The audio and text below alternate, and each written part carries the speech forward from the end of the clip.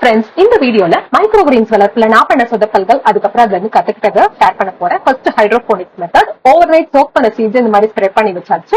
பார்த்தா 4வது நாள் ஃபங்கஸ் அடிச்சிருச்சு.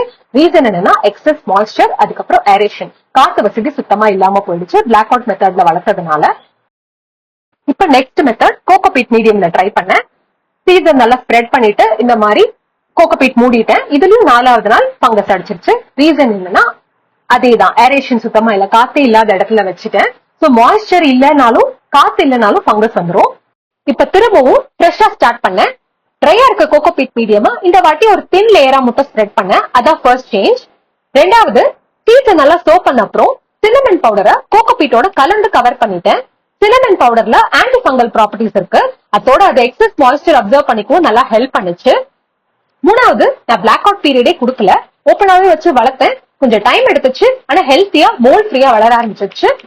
இதே சேஞ்ச் நான் வீட் கிராஸ்க்கும் பண்ணேன். சீட்ஸ் நல்லா க்ளோஸா ஸ்ப்ரெட் பண்ணிட்டு சின்னமன் பவுடரை கோகோபீட்டோட கலந்து கவர் பண்ணிட்டேன். வாட்டர் கொடுத்துட்டு நல்லா காத்து இருக்கிற இடத்துல ஓப்பனாவே வச்சுட்டேன்.